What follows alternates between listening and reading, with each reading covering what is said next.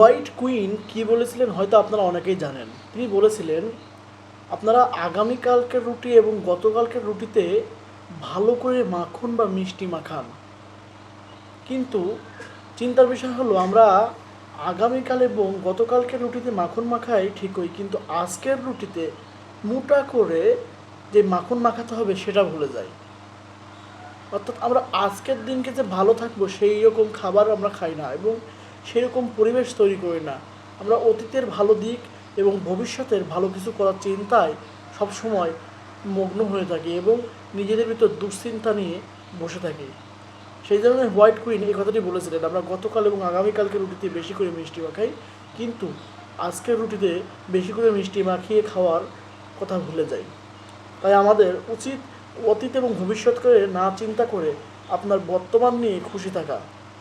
সবাই ভালো থাকবেন, সুস্থ থাকবেন, আর হ্যাঁ, আমার চ্যানেলটাকে সাবস্ক্রাইব করবেন এবং আমার পেজটাকে ফলো করতে ভুলবেন না।